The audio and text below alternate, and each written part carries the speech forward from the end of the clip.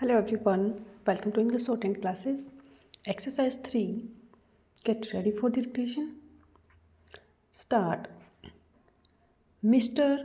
Deputy Speaker, sir, I think the House will agree with me that the Health Minister, while piloting this bill to us, made a very brilliant and studied presentation and explanation on the various provisions of this bill, and I wish to join other honorable members in congratulating warmly the Health Minister for the initiative and imagination with which he has been dealing with these terrible problems.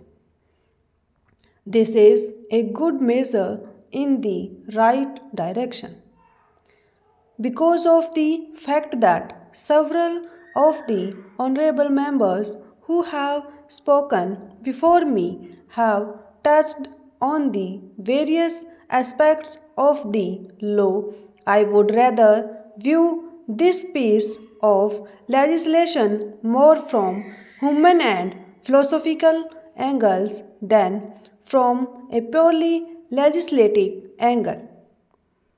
A piece of legislation such as this, which is a social economic legislation, obviously is to be preceded by public opinion.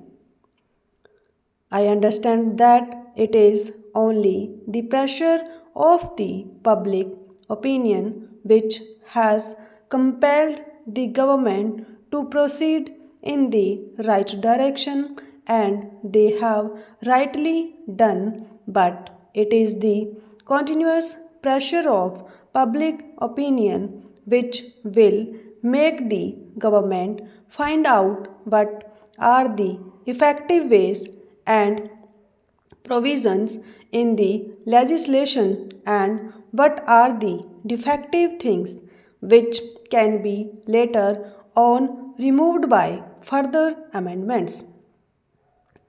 I hope the government will have a constant eye on how the public opinion reacts to the various legal and penal provisions contained in this measure. The post-war period, particularly since 1945, has been a period of tremendous advances in science and technology, but the trouble is that though science and technology have advanced, that advance is unaccompanied by an equality good advance in spirituality and truth. When science and technology, unaccompanied by spirituality and truth, go ahead, they create havoc sometimes, and one of the havocs created is what we see today, this adulteration in the spheres of food articles, drinks, etc. This unsocial attitude and profiteering mentality about which the minister made a very right reference in the beginning of a very small minority has a tremendous impact on a big majority. I should say the entire nation. These unsocial and antisocial attitudes and activities have to go, but they cannot be removed merely by legislation. They will ultimately go by the pressures of a very strong and continuously vigilant public opinion and enlightened public opinion all over the country. Stop.